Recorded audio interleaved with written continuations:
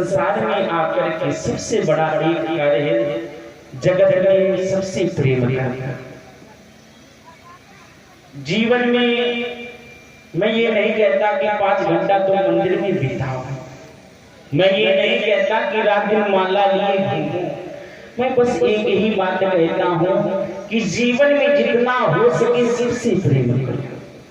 अगर कोई गरीब है, निर्धन है, तो अपने से जितना बन पड़े उसे मदद करो। ये मत सोचो कि बदले में हमारी मदद करेगा, वो मदद नहीं है, वो तो कर्जा देना होगा। जीवन में संतों ने हमें यही समझाया है कि जितना हो सके दूसरों का भला, और जिस दिन हम दूसरों का भला करते हैं उस दिन हमारा भी कल्याण होता है। हाँ, कहते हैं जगत का कल्याण हम सोचेंगे तो भगवान भी हमारा भला सोचे। सत्यता तो यही है। क्यों? कुछ लोग कहेंगे महाराज जी हमें क्या मिलेगा? भाई अपना घर के रुपया पैसा धन दौलत में बांध दे, तुम तो कानपुर लेके चले जाओगे, हमें क्या मिलेगा? बुखार आएगा तो टिकियों तक करने दोगे आकर के? हाँ? तो आप हमको अब बताते हैं तुम्हें क्या मिलेगा। कई लोगों के मन में ऐसा आता है विचार, ऐसे नहीं आता है, लेकिन आपको बता देते इस संसार में कई ऐसे लोग हैं कि जो जगत के लिए ही जी रहे हैं। प्यारे भक्तों, इस संसार में आए हो तो कुछ ऐसा कर चलो। और रही बात पेट की कि हम सब कुछ लुटा लेंगे तो खुद भूखे मर जाएंगे, तो एक बात जान लीजिएगा, दाने दाने पर लिखा है खानहार का नाम।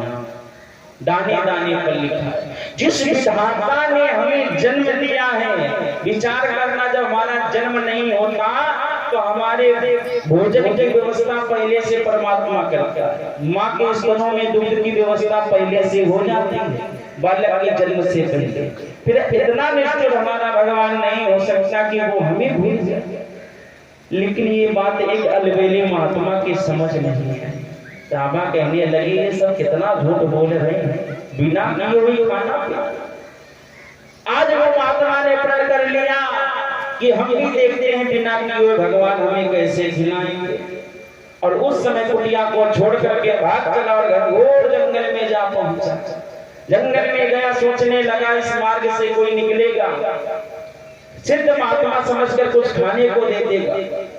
और संतों का कार्य कुछ भी मिले उसे बेकार नहीं करते, उन्हें पाना पड़ता है, खाना पड़ता है।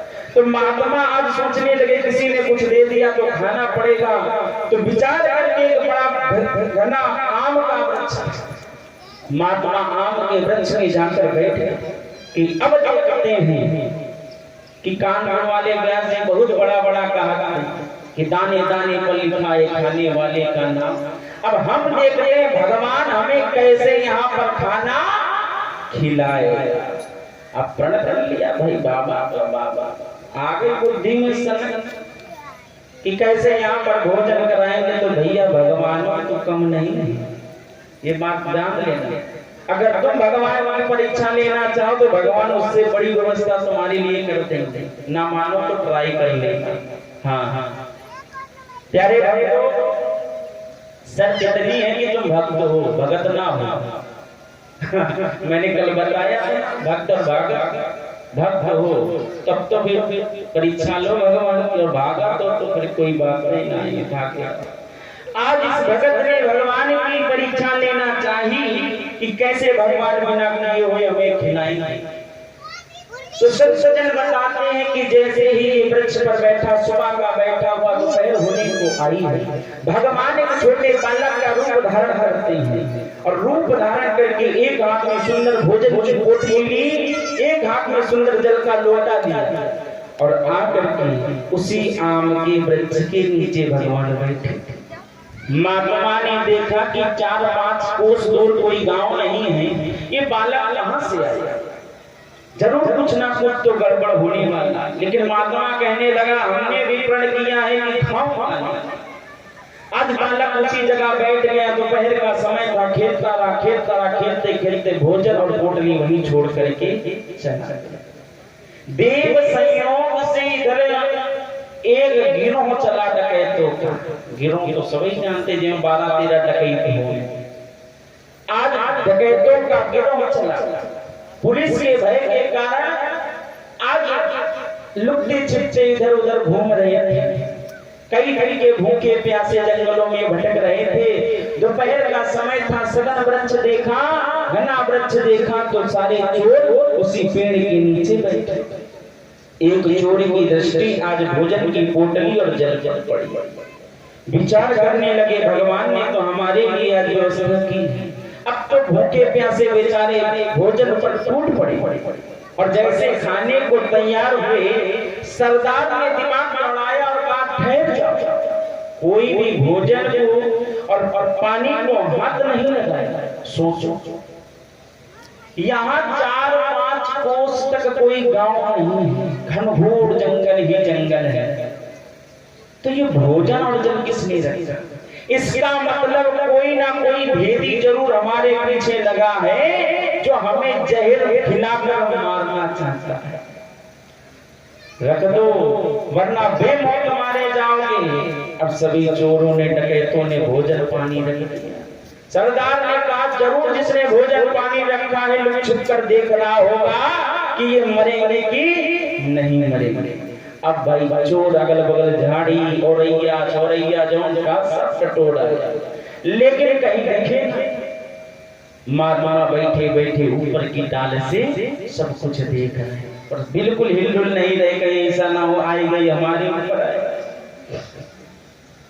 लेकिन काफी समय हो गया, जब कोई नहीं मिला तो महात्मा को अचानक छींक आई और महाराज छींक सामने चाहे तोप का गोला को भले रखे दे, कहते छींकियो ना वो रुक जा।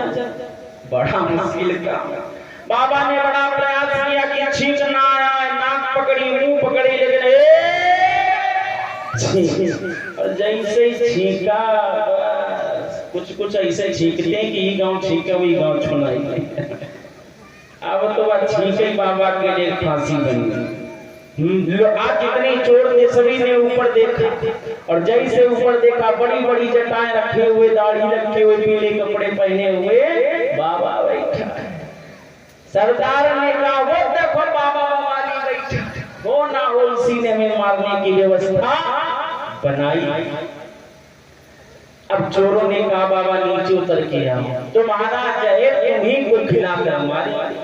अब बाबा पढ़कर बैठे थे कि हम भोजन नहीं करेंगे। बाबा ने कहा नहीं भाई, बालक आया था भोजन लेकर चला गया, इसमें मेरा कोई हाथ नहीं। चोरों ने कहा अच्छी बात बनाते, हमारी तुम्हारी कोई रंजिश नहीं, कोई बैर नहीं, लेकिन हाँ हो सकता तुम्हारे मंदिर में चोरी की हो, उसका तो बदला लेने आए हो, क्या पता चोर का भरोसा कोई थोड़े था।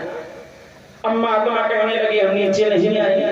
सरदार ने लंबी दुनाली दिखाई, कहा बाबा देख रहे एक ही फेर पट से कदमी अभी ऐसे लियो, चुपचाप नीचे उतरा। बाबा ना उतरे। अब चोर ऊपर चढ़े, जबरदस्ती खींच के महात्मा को।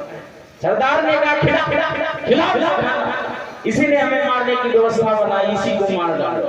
अब बाबा तो एक ने ऊपर की मुछ पकड़, एक ने नीचे को दाड़ा और खींचा, और एक ने अब बाबा को ठोस ठोस के खिलाया, लेकिन बाबा जब मरे नहीं तो चोरों ने कहा हो सकता है बाबा के काम नहीं। चोर वो चले गए,